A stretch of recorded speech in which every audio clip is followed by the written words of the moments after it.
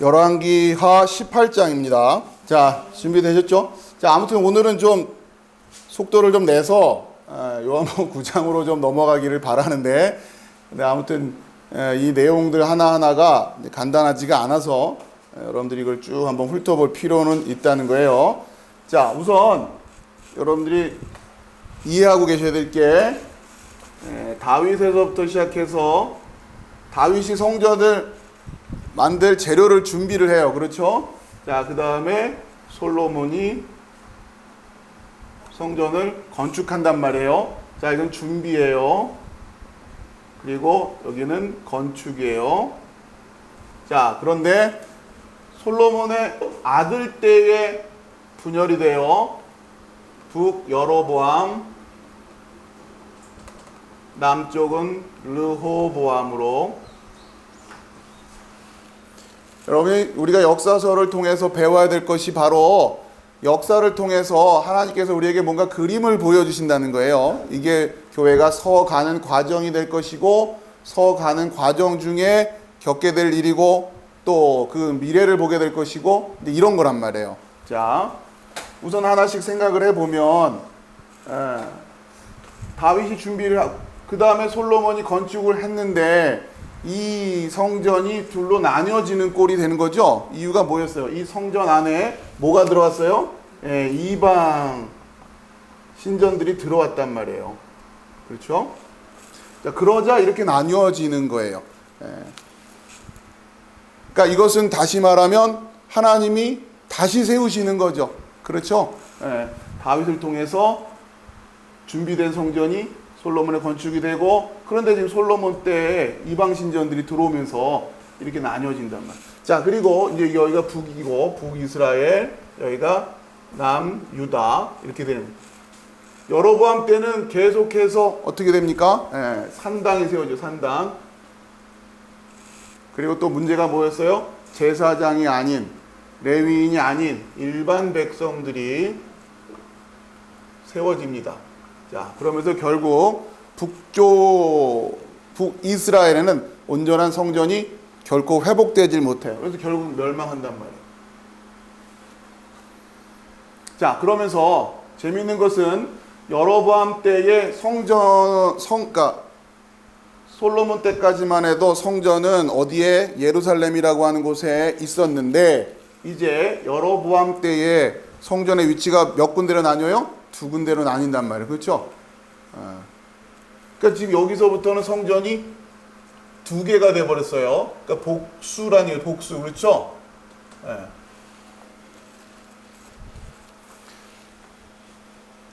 제가 그 카톡방에 지난번에 이제 글을 올려드렸는데, 거기에서 우리 크리스찬들이 가지고 있어야 될 세 가지 질문에 대한 답이라고 그랬죠? 첫 번째, 왜 예수 그리스도인가? 두 번째, 왜 교회인가? 세 번째, 왜 빛으로 교회인가? 라고 하는 세 가지 질문에 대한 답이라고 그랬어요. 이게 굉장히 중요한 겁니다. 자, 지금 오늘날 시대가 문제가 뭐냐면 교회가 너무 많아요. 그렇죠? 교회가 너무 많아요. 그러니까 마음에 안 들면 얼마든지 다른 교회를 가면 돼요. 그렇잖아요. 교회가 몇 개가 된 거예요? 두 개예요, 두 개. 이해하시겠습니까? 무슨 말씀인지? 여차하면 다른 교회 가도 된다. 그러면 북이스라엘이 되는 거예요. 교회는 싫으나 좋으나 어디밖에 없어요? 예루살렘에밖에 없는 거예요. 남쪽은. 성전은 그런 거란 말이에요. 자, 그렇기 때문에 물론 여러분들이 이게 쉬운 얘기가 아니라는 건 알아요. 그래서 제가 여러분이 교회가 돼야 된다라고 하는 거예요. 그리고는 어디 갈 데가 없어요. 거기밖에 교회가 없으니까. 그러니까 우리 빛으로 교회는 빛으로 교회 말고는 교회가 없는 줄 아는 분들이 오시라는 거예요. 제 말은. 싫으나 좋으나 여기서 해결해야 되는 거예요. 나가면 다른 데는 교회가 없잖아요. 이게 교회론이에요. 이 안에서 해결하는 거예요. 이 안에서. 그런데 교회가 많단 말이에요. 필요하면은 위쪽으로 가면 되고, 또 이번에는 바쁘다 싶으면 아래쪽으로 가면 되고, 북쪽은 그렇게 했단 말이에요. 베델과 단 이 두 군데 세웠어요. 그러니까 이러면서 벌써 북이스라엘의 예배라고 하는 것이 무너지기 시작하는 거예요. 그렇죠? 그러니까 찾아다닌단 말이에요. 자, 이 구조를 잘 이해하십시오. 자, 그래서 북여로보암에게는 이 북쪽에는 교회가 몇 군데예요? 2개가 됐잖아요. 그렇죠? 사실 2개지만 여러 개란 의미예요. 그렇죠? 그러면서 북이스라엘이 된 거예요. 그런데 싫든 좋든 남유다는 예루살렘 하나였다. 그렇죠? 이게 굉장히 중요한 겁니다. 베델과 단에 2개를 세웠단 말이에요. 이게 쪼개지면서 그런 거예요. 쪼개지면서 여로보암이 베델과 북쪽은 단이고 남쪽엔 베델에다가 간단히 말하면 교회를 세우잖아요. 그러니까 여기는 예루살렘만 있는데 여기서부터 다른 거죠. 그래서 필요하면 언제는 단으로 가고 어떨 때는 베델로 가고 그런 신앙이 된 거예요. 북이스라엘은 요 그림을 잘 이해하시고요. 이게 나뉘어진 이유가 뭐였냐? 결국 이방 신전들 때문에 이게 다시.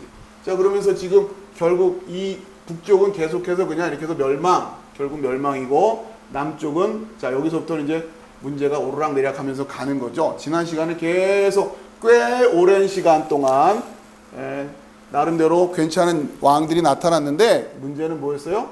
산당을 없애지 않았다라고 하는 거. 그대로 놔두고 있어요. 자, 그러다가 이제 누가 나타났어요? 히스기야가 나타났어요. 히스기야 때에 비로소 산당을 없앱니다. 그 오늘 이제 거기에서 이어지는 거예요.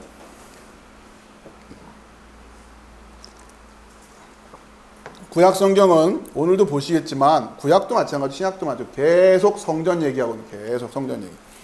자, 18장 열왕기하 18장. 열왕기하 18장 1절 제가 읽을게요. 이스라엘의 왕 엘라의 아들 호세아 제3년에 유다 왕 아하스의 아들 히스기야가 왕이 되니 자 이렇게 왕이 됐어요. 그리고서는 3절 히스기야가 그의 조상 다윗의 모든 행위와 같이 여호와께서 보시기에 정직하게 행하여 4절이 중요하죠. 같이 읽어봅시다. 시작. 그가 여러 산당들을 제거하며 주상을 깨뜨리며 아세라 목상을 찍으며 모세가 만들었던 놋뱀을 이스라엘 자손이 이때까지 향하여 분향함으로 그것을 부수고 느후수단이라 일컬었더라. 아멘. 자, 제가 여기를 좀 마이크가 켜져 있는 분들이 계셔서 이제 껐습니다. 자, 여기서 중요한 대목이 4절이에요. 이제 산당들을 제거하며, 그죠? 산당들을 제거. 드디어 지금 그 오랜 시간 동안 계속 산당은 놔뒀다, 산당은 놔뒀다 했는 성경이 드디어 여기서 산당을 제거한다 그랬어요. 자, 그런데 여러분 여기서 하나 또 봐야 되는 게 뭐냐면 뭘까요? 여러 산당들. 이 말은 뭐예요? 전부가 아니란 말이에요. 전부가 아니에요. 전부는 아니에요. 여러 개는, 그러니까 무슨 얘기? 아직 여전히 뭐가 남아있어요? 산당들은 남아있어요. 물론 산당을 부수려고 하는, 산당을 이제 없애기 시작하는 이런 부분에서는 중요한 사건이었지만 아직 미진해요. 왜? 여러 산당들이 남아있기 때문에 그렇다는 거예요. 자, 그러면서 이 히스기야가 잘 보세요. 공교롭게도 히스기야 때 와서 뭘 무너뜨리기 시작해요? 산당을 무너뜨리기 시작한단 말이에요. 산당을 무너뜨리기 시작하면서 공교롭게 북여로보암이 멸망을 해요. 참 절묘하죠? 여러분 이런 흐름을 이해하고 성경을 기억하고 있으면 억지로 안 외우시려고 해도 돼요. 왜냐하면 하나님이 그렇게 역사를 이루어가고 계시는 거예요. 이제 산당을 무너뜨리니까 산당의 온산지라고 할 수 있는 북이스라엘 어떻게 되는 거예요? 멸망해. 그게 어디가 되느냐? 18장 9절입니다. 히스기야 왕 제4년 곧 이스라엘의 왕 엘라의 아들 호세아 제7년에 아수르의 왕 살마네셀이 사마리아로 올라와서 애워쌌더라. 자, 그리고 10절에 3년 후에 그 성읍이 함락되니까 3년은 버텼어요. 그러니까 강대국이 쳐들어왔는데 3년은 버틴 거예요. 굉장히 잘 버틴 거죠. 그러니까 북이스라엘이 경제적으로는 그렇게 간단한 나라는 아니었던 거예요. 영적인 타락이 문제였던 거죠. 자, 3년 후 그 성읍이 함락되니 곧 히스기야 왕의 제6년이요 이스라엘 왕 호세아의 제9년에 사마리아가 함락되며, 사마리아는 이제 북이스라엘 수도죠. 이제 망합니다. 자, 12절에요. 그러면서 북이스라엘이 멸망한 이유를 총평을 합니다. 이는 그들이 하나님 여호와의 말씀을 듣지 아니하고 그의 언약과 여호와의 종 모세가 명령한 모든 것을 따르지 아니하였음이더라. 총평이죠. 왜 망했대요? 하나님 여호와의 말씀을 듣지 아니하고 그의 언약과 여호와의 종 모세가 명령한 모든 것을 따르지 아니하였음이더라. 여호와의 종 모세가 명령한 모든 것을 다 집대성해 놓은 책이 뭐예요? 레위기, 그쵸? 명령들을 다 집대성해 놓은 책이 레위기잖아요. 레위들은 이거를 달달달달 외우고 있어야 되는 거죠. 이걸 가르쳐야 되는 거니까. 그렇죠?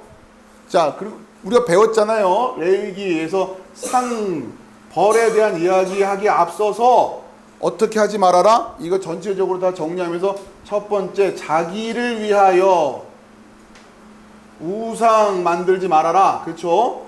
요거 했죠. 그러니까 지금 망한 이유가 뭐래요? 모세가 명령한 모든 것을 따르지 않았다. 이 얘기는 간단히 말하면 레위기대로 안 살았다 얘기잖아요. 그렇죠? 레위기대로 안 살았다. 그럼 레위기대로 산다는 건 뭔가? 이건 또 우리가 이렇게 요약해서 배웠단 말이에요. 첫 번째, 자기를 위하여 우상을 만들지 마라. 두 번째 뭐예요? 내 안식일을, 그렇죠? 내 안식, 그러니까 여호와 하나님의 안식일. 하나님의 안식이라고 하는 것은 하나님의 사역과 관련된 거라고 그랬어요. 하나님의 일, 하나님의 뜻에 관심을 두지 않고 사는 거 1번이나 2번이나 같은 얘기죠. 그러니까 이 안식일의 개념이 하나님의 사역, 하나님의 뜻과 연결이 되어 있어야 되는 겁니다. 오늘 여러분들이 아무튼 그 일을 하는 거예요. 세 번째 뭐였어요? 성소를 함부로 하지 말라 그랬잖아요. 그렇죠? 성소가 뭐예요? 성소. 간단히 말하면 예배처. 그렇죠?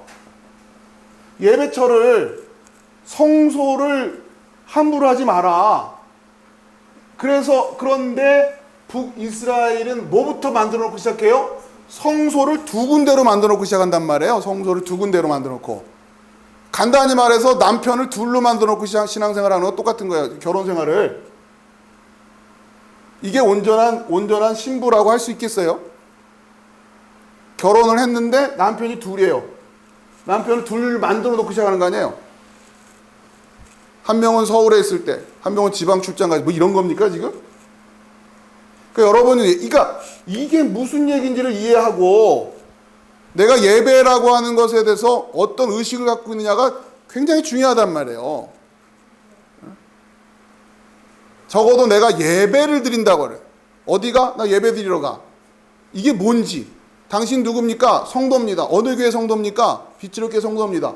그게 무슨 말을 하는 건지를 알아야 된다는 거예요. 그게 무슨 말을 하는 건지를. 이거를 함부로 여긴다는 거죠. 그러니까 본인은 모르고 그럴 수 있고 몰라서 그럴 수 있는데, 앞으로 나오겠지만 몰라서 그래도 망하는 거예요. 망하는 건 망하는 거예요. 그래서 아는 게 중요한 거예요. 우리 백성들이 뭐가 없어서 망해요? 지식이 없어서 망한다고 그러잖아요. 하나님 앞에서는 몰랐는데요가 안 통하는 거예요. 몰라서 망하는 거라고요. 근데 지금 알아도, 가르쳐줘도 이 핑계 저 핑계로 이걸 안 하니까 문제인 거죠. 결국 여기서 벗어나지 못하는 거예요. 자기를 위하여라고.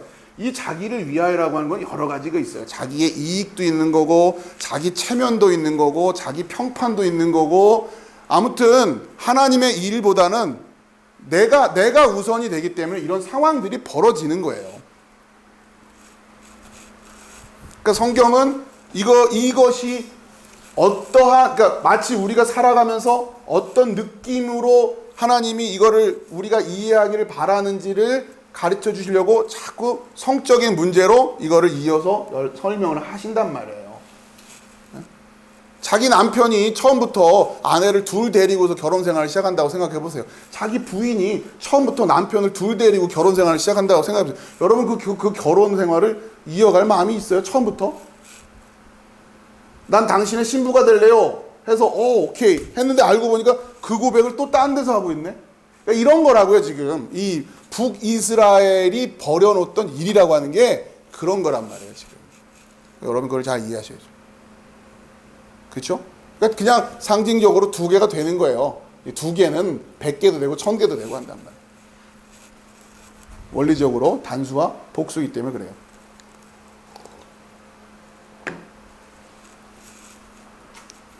자, 이렇게 해서 북이스라엘이 망한 이유를 간단하게 가르쳐 주세요. 결국 이거였어요. 이것 때문에 망했다. 그런데 이제 히스기야 때 산당을 없애기 시작한다. 자, 그런데 확인해야 될 건 뭐예요? 다 못 없어요. 그렇죠? 여러 개를 없애요. 여러 개. 아무튼 그러나 그것만도 지금 하나님이 역사적으로 평가를 하고 계시는 그때 북이스라엘을 망하게 하신다는 거예요. 자, 그 다음에 우리가 이제 봐야 될 사람이 누구냐면 이제 쭉 같이 넘어가서 히스기야 뒤를 이어서 나오는 임금이 므낫세라고 그랬죠. 자, 이제 히스기야와 이사야 얘기가 쭉 이어지다가 어디서 보시냐면 21장입니다. 므낫세가 왕이 돼요. 히스기야가 죽고 므낫세가 왕이 되는데 몇 번 설명드렸죠. 여러분 이런 틀을 보고 이해하시라고. 1절에 므낫세가 왕이 될 때 나이가 12세라. 그러면 이 므낫세가 만들어진 건 언제냐? 12년 전. 12년 전은 어떻게 계산해 보니까 히스기야가 발병을 하고 살려주세요 해가지고 15년을 연명을 했단 말이에요. 그럼 결국 그 15년 사이에 이 므낫세가 지금 잉태가 된 거잖아요. 근데 이 므낫세가 남북을 통틀어 가장 악한 왕이라. 이게 참 이게 아이러니죠. 여러분 이런 부분들을 놓고 좀 묵상을 하세요. 자, 그 다음에 이제 그랬는데 이 므낫세가 2절에 므낫세가 여호와 보시기에 악을 행하여 여호와께서 이스라엘 자손 앞에서 쫓아내신 이방 사람의 가증한 일을 따라서 3절에 그의 아버지 히스기야가 헐어버린 산당들을 다시 세우며, 그러니까 이제 므낫세가 다시 그 헐어버린 산당을 또 세워요. 그렇죠?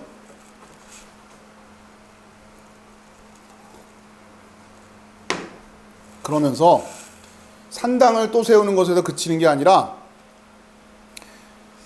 섬기고 경배하고 또 그러니까 그러면서 4절 여호와께서 전에 이르시기를 내가 내 이름을 예루살렘에 두리라 하신 여호와의 성전에 뭘 쌓아요?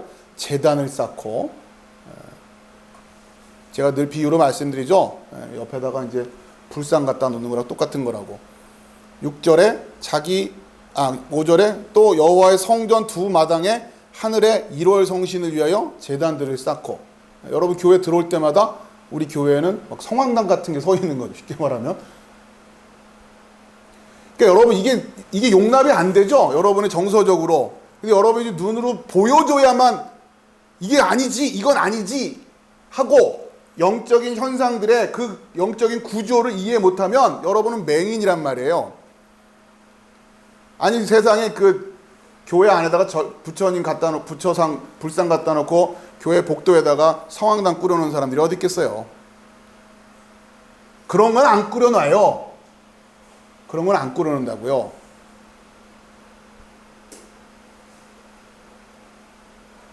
자, 그런데 교회 안에서 벌어지고 있는 일들의 영적인 구조를 보면 이거와 다를 바가 없다라고 하는 거예요. 그런 것들이 많다라는 거죠.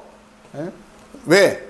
이 원리로 봤을 때 자기를 위하여 하나님의 안식일을 가볍게 여기고 성소를 거룩하게 여기지 않는 이러한 마음을 가지고 있다면 뭘 해도 그거는 이방에 예배하고 있는 것과 똑같은 거란 말이에요. 그 구조를 아셔야죠. 그 구조를. 자, 아무튼 그런 일을 쭉 이게 뭐 6절, 7절, 8절 계속 읽어보면요, 여러분 똑같은 일들이 교회라고 이름 지어져 있는 곳에서 벌어지고 있단 말이에요. 자, 그리고 9절입니다. 이 백성이 듣지 아니하였고, 그러니까 이제 하나님의 말씀을 안 듣고 므낫세의 꾀물 받고 악을 행한 것이 여호와께서 이스라엘 자손 앞에서 멸하신 여러 민족보다 더 심하였더라. 그러니까 므낫세의 꾀물 받는 그 왕이 나서서 이 일을 하는 거예요. 정책적으로. 그러니까 이제 꾀물 받는, 그렇게 되는 거죠. 자, 그러다가 이 므낫세 때 와서 다시 산당이 막 세워지고 막 이런 상황들이, 이 므낫세가 또 굉장히 오래 삽니다. 오래 55년간 다스려요. 아무튼 간에 역사적으로도 제일 오래 살았어요. 제일 악한 왕인데 제일 오래 살아요. 자, 22장입니다. 자, 이제 예언되어 있었던 요시야죠. 요시야가 왕위에 오를 때 나이가 8세라. 자, 그리고서는 2절에 요시야가 여호와 보시기에 정직히 행하여 그의 조상 다윗의 모든 길을 헤고 좌우로 치우치지 아니하였더라. 그러면서 여러분, 요시야가 이제 성전을 회복시키는데 그 발단이 되는 사건이 율법책을 발견한단 말이에요. 그 말씀을 다시 발견하는 거예요. 이게 굉장히 중요한 사건인 거죠. 요시야 입장에선 지금 뭐가 잘못됐는지 알겠어요? 모르죠. 8살짜리가 어떻게 알아요? 그런데 율법책을 발견하고 그 말씀을 보니 지금 왕궁 안에서 벌어지고 있는 일이 아니었다라는 걸 알고 온 거예요. 그렇죠? 그러니까 여러분이 결국 여러분에게도 이 율법책이 필요하단 말이에요. 왕도 꾀어요. 왕도 꾀고 왕의 얘기 듣는다고 해결되는 것도 아니고 제사장 얘기 듣는다고 해결되는 것도 아니고 결국 이 율법책을 여러분이 직접 볼 수 있어야 된다라고 하는 거예요. 그 훈련을 이제 하시라는 거죠. 자, 그 율법책을 발견해서 에피소드가 쭉 이어지죠. 그리고 23장으로 가보세요. 요시야가 이방 예배를 없애다. 보니까 이 언약책에 성경의 말씀을 읽고는 4절부터 이게 이제 성전 청결 사건이죠. 예수님께서 하셨던 청결 사건과 요시야의 성전 청결 사건이 맥을 같이 하는 겁니다. 자, 4장부터 4절 보면 23장 4절이 그렇죠? 왕이 대제사장 힐기야와 모든 부제사장들과 문을 지킨 자들에게 명령하여 바알과 아세라와 하늘의 1월 성신을 위하여 만든 모든 그릇들을 여호와의 성전에서 내다가 예루살렘 바깥 기드론 밭에서 불사르고 그것들의 죄를 베델로 가져가게 하고, 자, 그래서 베델로 가져가는 이유가 있죠. 베델이 옛 그 북이스라엘의 예배 처소가 있었던 거예요. 거기를 이제 지금 회파시키려고 하는 거란 말이에요. 자, 이렇게 지금 성전 청결 사건, 성전 청결 그 사역이 시작됩니다. 자, 쭉 이어지는 거예요.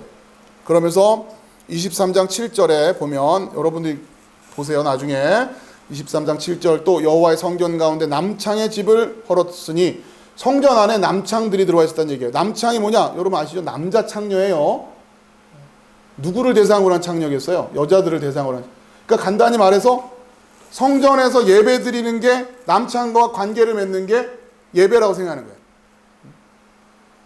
거기서 느껴지는 그 성적인 쾌락이 그걸 은혜로 해석하는 거예요. 그거를 간단히 말하면 이게 예배 열심히 드린다고 생각하고.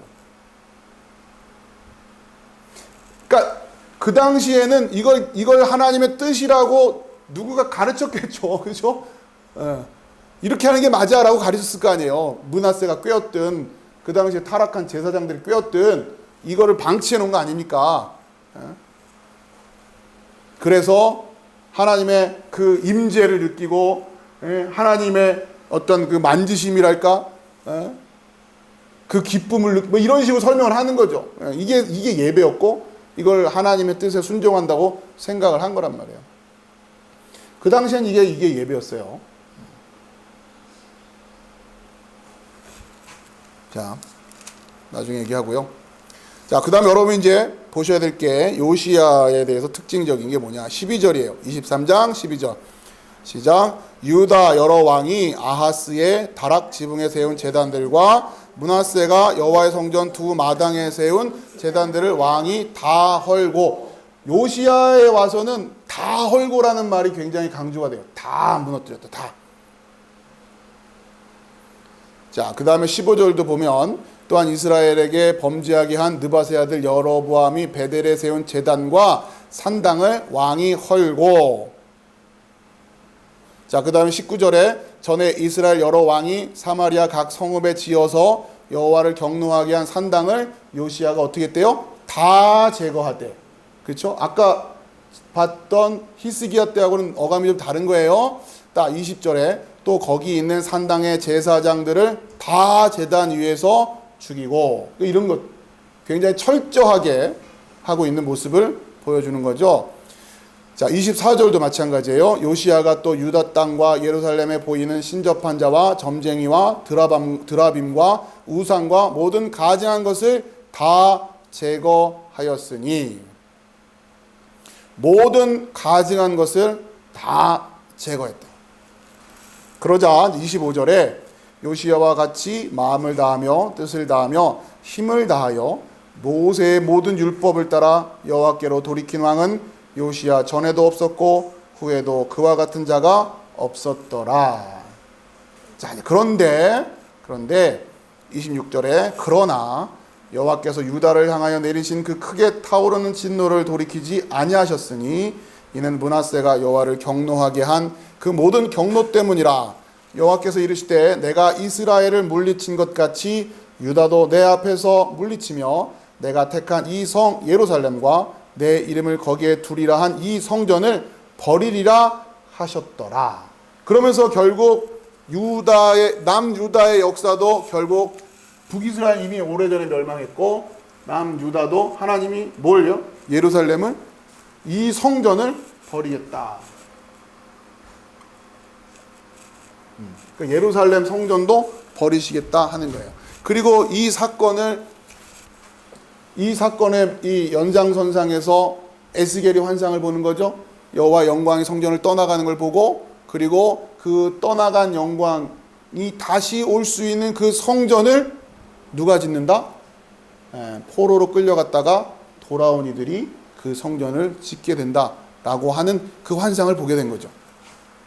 그게 에스겔의 환상이랍니다. 자, 그러면서 열왕기하가 24장, 그럼 25장이 예루살렘 멸망이죠. 그 다음에 예루살렘이 멸망하면서 8절에 성전이 붕괴되는 거예요. 하나님이 떠나시기 때문에 성전이 붕괴됩니다. 그리고 유다 백성이 18절에 유다 백성이 바벨론으로 사로잡혀 가죠.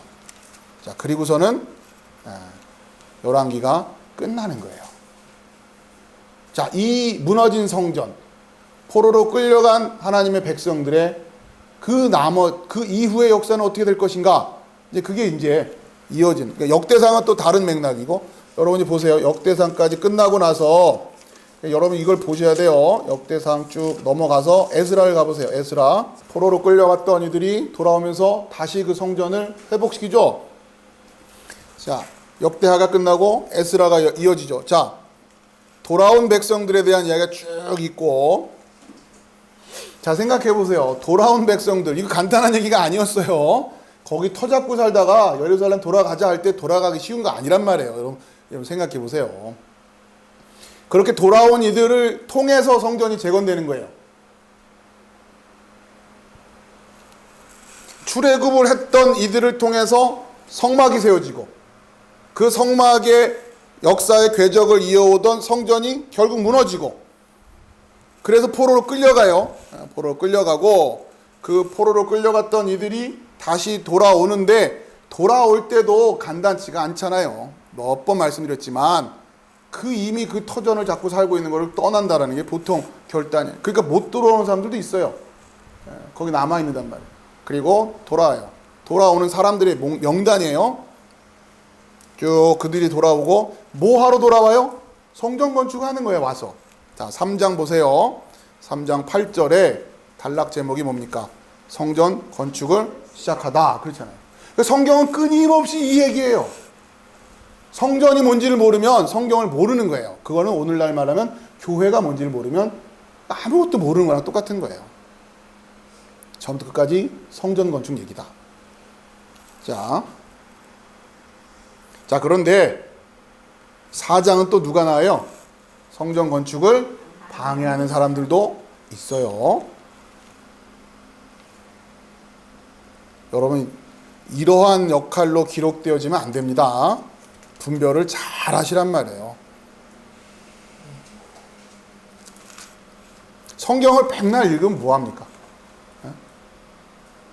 내가 어디에 서 있는지, 내가 무엇을 가지고 판단을 해야 되는지, 그냥 인간의 어떤 윤리적인 생각에 사로잡혀가지고 그 윤리적인 기준을 가지고 사람을 재단을 하고 평가를 하고 그래가지고는 여러분 이걸 잘 이해하세요. 성전을 건축한다는 게 뭐고, 우리가 비록 죄인 되었지만 그리스도의 보혈로 거룩하게 회복되어서 부르심을 받았다.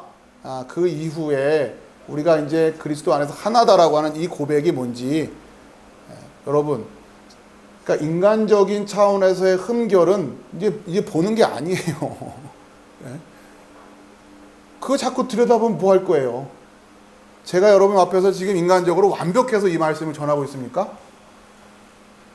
인간적으로 완벽한 목사님 찾아가세요, 그러면. 물론 그러겠죠. 어느 정도지. 그러니까 그 어느 정도지라는 게 그게 자기 기준이란 말이에요. 그게 지금. 그거를 내려놓으라고 그렇게 가르쳐 줬는데도 그걸 깨닫지 못하면 어떡해요. 그거 가지고는 어차피 안 되는 거예요. 늘 말씀드리지만 그걸 핑계 삼아서 제가 멋대로 하겠다는 얘기가 아니라고요. 잘 이해하세요. 자, 성전 건축 다시 시작을 해요. 그러고 이제 에스라가 그 얘기예요. 다시 성전 건축 쭉. 자, 그런데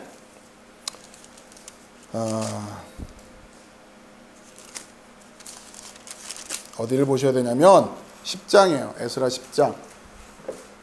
여러분이 성전 건축의 역사는 정말 눈물 없이 볼 수 없는 역사입니다. 하나님의 입장에서도 그렇고 그 백성들의 입장에서도 그렇고 참 이 성전 건축이라고 하는 이 주제 때문에 여러분, 자 10장이에요. 돌아온 자들이 지금 성전을 건축해야 되는데 그들이 그 터전에서 그걸 다 내려놓고 돌아오는 것도 만만한 일은 아니었을 거예요.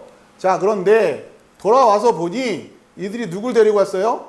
거기서 결혼한 이방 여인들, 그리고 또 자기 자식들을 다 데리고 왔단 말이에요. 여러분 어떻게 해야 돼요? 이제 에스라가 다 내쫓으라고 그래요. 아니 그럼 거기서부터 안 데리고 왔으면 좋았지, 여기 와서 내쫓으려면 어떻게 해요?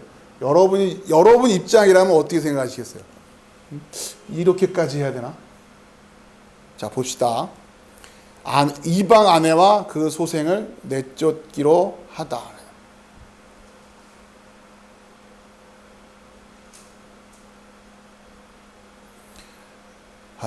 자, 그러자. 자, 이게 지금 이 과정이 굉장히 여러분이 오늘 이해를 해야 되는 게 뭐냐면 2절부터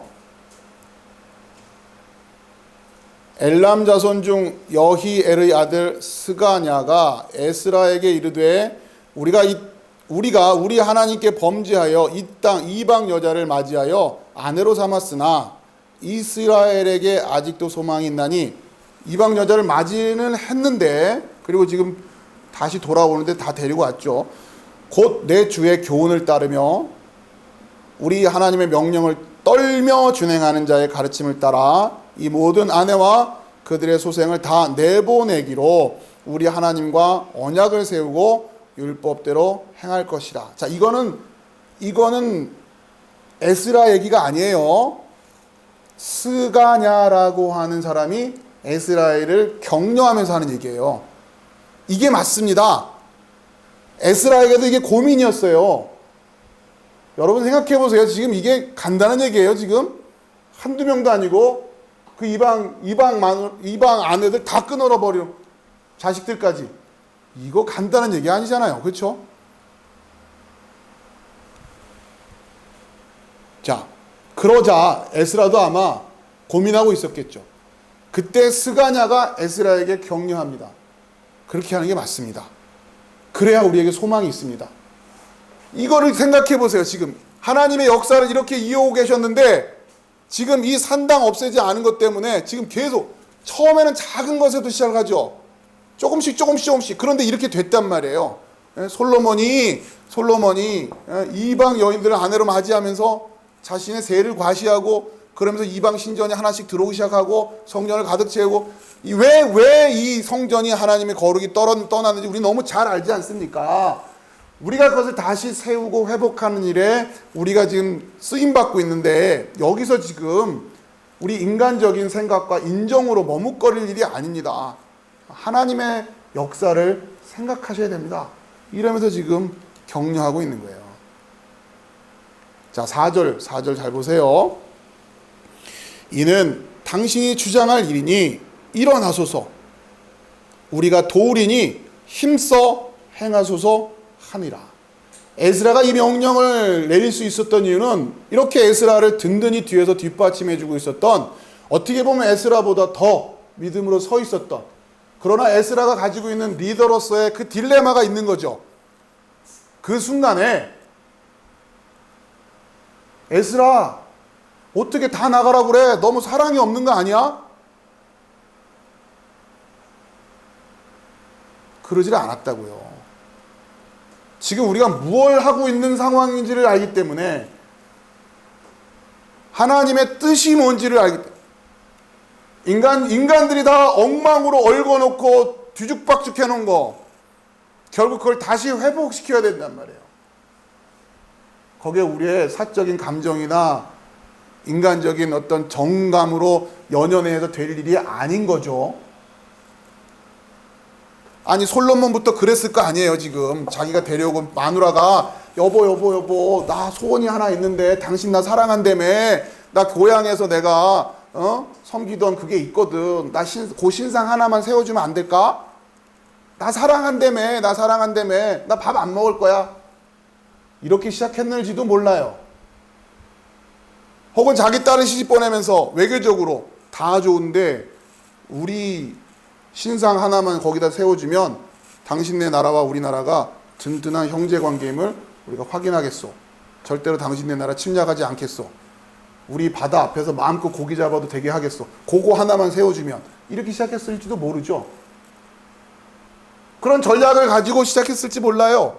다윗을 통해서 준비된 그 건축에 그렇게 이방 신전이 하나씩 들어왔을 거란 말이에요. 형편 생각해보고 처지 생각해보면 안타깝지 않은 사람이 어디 있겠어요. 자, 이 일에 에스라를 격려하는 에스라의 팔로워들이. 자, 그러자 5절에 이에 에스라가 일어나 제사장들과 레위 사람들과 온 이스라엘에게 이 말대로 행하기를 맹세하게 하며 무리가 맹세하느니라. 자, 그러면서 이게 역사적인 장면입니다. 두고두고 봐도 저한테는 감격이에요. 자, 그러면서 6절 찬찬히 좀 봅시다. 이에 에스라가 하나님의 성전 앞에서 일어나 엘리야십의 아들 여호하난의 방으로 들어가니라.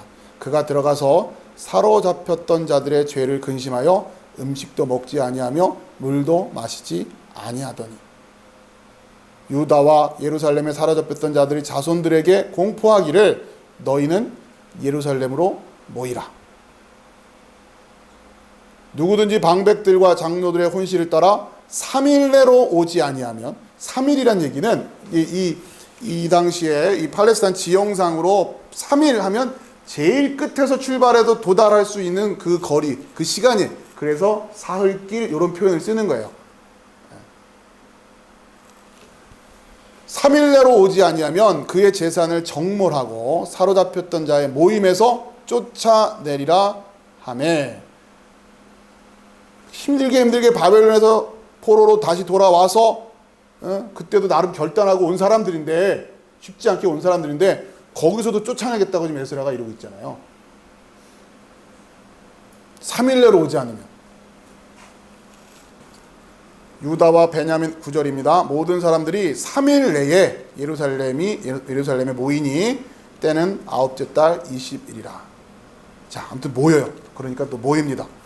10장에 제사장 에스라가 일어나 그들에게 10절 너희가 범죄하여 이방 여자를 아내로 삼아 이스라엘의 죄를 더하게 하였으니 이제 너희 조상들의 하나님 앞에서 죄를 자복하고 그의 뜻대로 행하여 그 지방 사람들과 이방 여인을 끊어 버리라 하니 모든 회중이 큰 소리로 대답하여 이르되 당신의 말씀대로 우리가 마땅히 행할 것이니이다. 여러분 지금 이 절기가 비가 내리는 이 절기가 굉장히 추운 절기예요. 근데 막 비가 쏟아지고 있어요. 얼마나 지금 상황이 이게 지금 뭔가 그 뭐랄까요.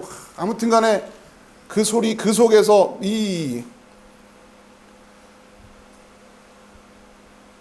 14절 이제 온 회중을 위하여 우리의 방백들을 세우고 우리 모든 성읍에 이방 여자에게 장가든 자는 다 기한에 각 고을의 장로들과 재판장과 함께 오게 하여 이 일로 인한 우리 하나님의 진노가 우리에게서 떠나게 하소서 하나 오직 아사엘의 아들 요나단과 디과의 아들 야스야가 일어나 그 일을 반대하고 무슬람과 레위 사람 삽부대가 그들을 돕더라. 또 반대하는 사람도 있는 거예요.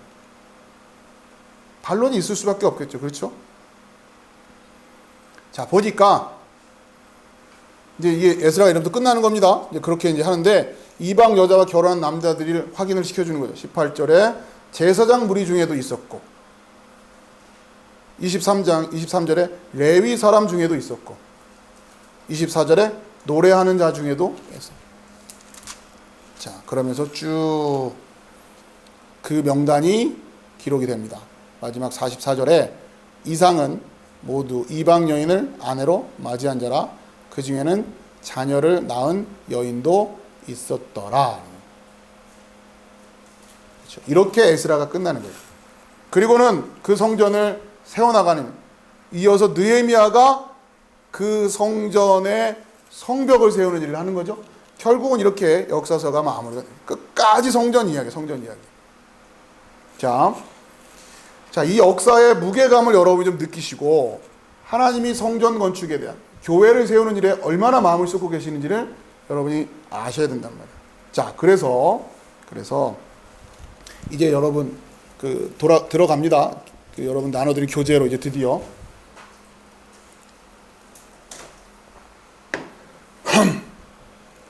다시 1절부터 요한복음 9장입니다. 요한복음 9장 1절에 예수께서 길을 가실 때 나을 때부터 맹인된 사람을 보신지라. 맹인은 성전을 알아보지 못하는 사람이에요. 날 때부터 맹인이에요. 날 때부터. 왜 그럴까요? 2절 그 아래쪽에 쭉 2절부터 이렇게 쭉 우리가 이 성전에 대한 주제를 살펴봤으니까 날 때부터 맹인이라는 게 뭐냐? 2절에 제자들이 물어 이르되 랍비여 이 사람이 맹인으로 난 것이 누구의 죄로 인함이니까? 자기이니까? 그의 부모니까? 이게 무슨 얘기인지 여러분 이해하셔야 돼요. 맹인은 성전을 알아보지 못하는 자라고 그랬어요. 예수님을 알아보지 못하고 하나님을 알아보지 못하는 자예요. 그런데 그게 지금 누구 잘못이냐는 거예요. 여러분 읽어보세요. 쭉 지금까지 그 앞에서 쭉 읽어왔잖아요. 자기 아버지 임금이 산당에서 막 예배드리고 제사 지내요. 태어날 때부터 그랬어요. 그죠? 태어났는데 다 그러고 있어요. 난 그게 맞는 줄 알아요. 누구 잘못이에요 지금? 이런 얘기예요 지금.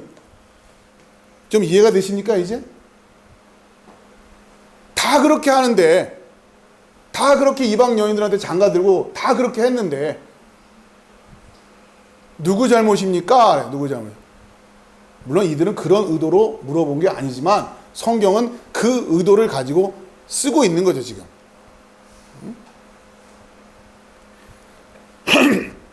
제가 이제 메모를 해놨죠. 계속해서 이어지고 있는 산당이에요. 태어날 때부터 있었던 산당이에요. 할아버지도 거기서 예배드렸고 아버지도 거기서 예배드렸고 그러니 나도 거기서 예배드리고 우리 자식도 거기서 예배드릴 뿐이에요. 왜요? 다 그렇게 하니까. 뭘 모르고? 말씀을 모르고 그냥 흉내내고 있는 거죠. 아버지 따라 기도 흉내내고 어머니 따라 기도 흉내내고 있고 찬송가도 부르고 있고 그게 맞는 줄 알고 그것을 영적 맹인이라고 해요. 예수님이 그 눈을 띄워주시는 거죠. 자, 그런데 제가 여러분 여기 그 밑에다가 써놓은 거 있죠. 실존주의적 성경 해석의 문제점이라고 이 산당이라는 주제를 우선 설명하기 앞서서 여러분 요건 좀 이해하셔야 되는데 간단한 주제는 아닙니다. 실존주의가 뭐냐? 이거 우리가 지난번에 한번 얘기를 나눴던 건데, 실존주의적인 성경 해석이 뭐냐 이런 거예요. 여러분이 쭉 읽어오면서 산당이 문제구나, 산당을 없애지 않는 게 문제구나, 자 이걸 읽으면서 묵상을 합니다. 큐티를 합니다. 그럼 이제 다들 어떻게 생각하냐면, 나에게 있어서의 산당은 뭘까? 이렇게 큐티를 하는 거예요. 그죠? 나는 내가 신앙생활을 하는 데 있어서 여전히 내가 없애지 못하고 있는 뭐랄까 나의 산당이 뭘까? 응? 게으름일까? 아니면 뭐 거짓말을 자주 하는 걸까? 뭐 이런 식으로 나에게 있어의 산당이 뭔가 이런 식으로 생각을 해요. 이게 대표적인 실존주의적 성경 해석이라고 하는 거예요. 그러니까 성경을 자꾸 내 문제 속에서 이해하려고 해요. 그러면서 내가 이제 게으름을 피우지 말아야지. 내가 가지고 있었던 신앙생활의 모습 중에 나한테 이런 것들이 문제야. 왜? 읽어보니 그렇잖아요. 다 잘했는데 요것만 안 했더라. 뭐 이런 식으로 얘기 나오니까. 그나마 성경을 읽는다고 하는 분들 얘기예요. 이런 게 있는지도 모르는 분들은 뭐 고민도 안 하겠지만, 그래도 성경을 읽는다고 하고 성경을 통해서 묵상을 한다고 하고 성경을 통해서 오늘의 레마의 말씀을 받겠다고 하고 이런 분들은 이런 식으로 해석을 많이 한단 말이에요. 그런데 이게 대표적인 실존주의적 성경 해석이라고 하는 거예요. 그러니 얘기가 다 달라지는 거죠. 어느 집사님은 산당이 게으름이고, 어느 집사님은 산당이 거짓말하는 거고, 어느 집사님은 산당이 음란일 거고, 그런 식으로 얘기를 하면 나는 뭐 그래서 나한테 게으름이 아직 남아있는 거. 여러분 그렇게 성경을 읽으면 안 된다는 거예요. 산당이 뭐라고요? 이 주제가 다 뭐라고요? 하나님 성전 얘기하는 거예요. 성전 얘기.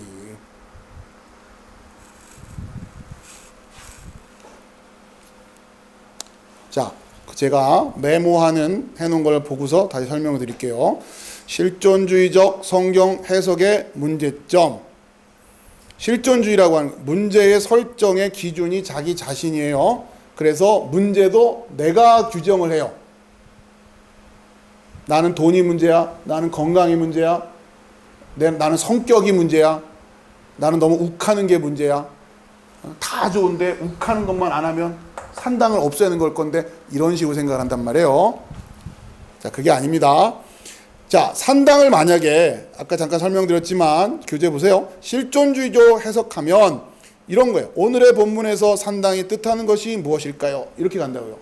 설교가 우리 삶에 해결하지 못한 죄의 모습들, 버리지 못한 습관들일 것입니다.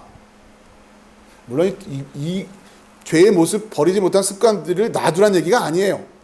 그러나 산당 얘기는 그런 수준의 얘기가 아닌 거예요. 지금 그렇게 가벼운 얘기가 아닌 거예요. 자, 이러한 형태가 대표적인 실존주의적인 해석이라. 얼핏 들으면 굉장히 은혜되고 복음적인 얘기 같지만 구조 자체가 실존주의예요. 이런 설교가 굉장히 많이 넘치고 있어요. 여러분 이걸 못 알아보지만 이런 설교가 굉장히 은혜가 됩니다. 생각보다. 왜? 내 문제를 가지고 얘기하고 있거든요. 그리고 현대 설교가 바로 이걸 잘해야 된다고 가리키고 있고, 각자 회중들의 실존적인 문제에 이 본문이 각자의 문제로 받아들여질 수 있게, 공감을 할 수 있게. 그런데 얘기는 다 다른 얘기를 하고 있는 거죠. 거기서부터 출발하니까 문제라는 거예요. 산당은 뭘 얘기하는 거예요? 거짓 성전, 거짓된 예배를 말하는 거예요. 그렇죠? 성경이 말하는 거짓된 성전, 거짓된 예배. 그러면 내 안에 산당이 남아있다는 얘기는 뭘 얘기하는 거예요? 거짓된 성전이 있고 거짓된 예배가 있다는 거 아니에요? 그런데 거짓된 성전, 거짓된 예배라고 하는 주제에 고민을 안 하는 사람 입장에서는 구약도 물론이거든요. 신약 성경도 다 관련이 없는 얘기예요. 그렇죠? 여러분 거짓된 성전, 이 문제가 해결이 되고 거짓된 예배가 해결이 다 돼버렸냐? 분별이 완벽하게 되느냐? 그러면 나한테 성경이 필요 없는 거예요. 그게 진리로 섰다라고 해요, 그거를. 근데 그게 아닌데 그 문제에 대해서 고민을 안 해보고 자꾸 내가 거짓말했던 거 뭐 이런 거 가지고서 지금 나의 실존적인 문제로 성경의 메시지를 이해하려고 한단 말이에요. 자, 이게 문제가 뭐냐? 교재예요. 언뜻 실존주의적인 해석은 성경의 메시지가 자신의 삶의 문제와 직접 연결되어 있는 듯한 인상을 주기 때문에 하나님의 말씀에 대한 관심이 높아질 수 있으나 1차적으로는 그래요. 왜? 내 문제 얘기하고 있구나. 아, 하나님이 내 문제에 관심 있으시구나. 작은 신음에도 응답하시고 뭐 이런 거죠. 그죠? 그런데 문제는 하나님 나라에 대한 관심보다 자신의 문제에 더 집중하게 된단 말이에요. 그러면 이건 결국 아까 자기를 위하여에서 벗어나지를 못하는 거예요. 내 마음에 안 든단 말이죠. 내 마음에 안 들어요. 나하고는 관계없는 얘기 같아요. 나는 지금 내가 관심 있는 건 건강인데, 내가 관심 있는 건 돈인데, 내가 관심 있는 건 자식 문제인데 왜 자꾸 하나님은 성전 얘기만 하시지? 내 문제에는 왜 하나님 관심이 없으신 것 같지? 그러니 이제 점점 말씀이 안 들어오기 시작하는 거죠. 재미없죠? 내 얘기를 해주길 바란단 말이에요. 설교 시간에 내 얘기가 듣고 싶은 거예요. 그게 현대인들의 특징이란 말이에요. 결국 그래서 성경이 어떻게 됩니까? 일종의 지혜서, 처세술, 매뉴얼 같은 그런 스타일이 되어버린다. 자, 그게 바로 산당이라고 하는 것을 이해 못하는 거죠. 자, 오늘도 주제를 다음 시간에 3절을 이어서 가도록 하겠습니다. 아무튼 오늘 본문을 들어갈 수 있을까 제가 좀 염려를 했는데 그래도 좀 형식적이나마 다시 본문으로 들어와서 이제 다음 주부터는 요한복음 9장을 구체적으로 이야기를 나눌 수 있을 것 같습니다. 먼저 그런데 아무튼 또다시 이 실존주의적 성경 해석이라고 하는 주제를 여러분이 잘 이해하고 계셔야 돼요. 그렇지 않고는 여러분이 또 이 틀에서 벗어나지를 못하겠네요.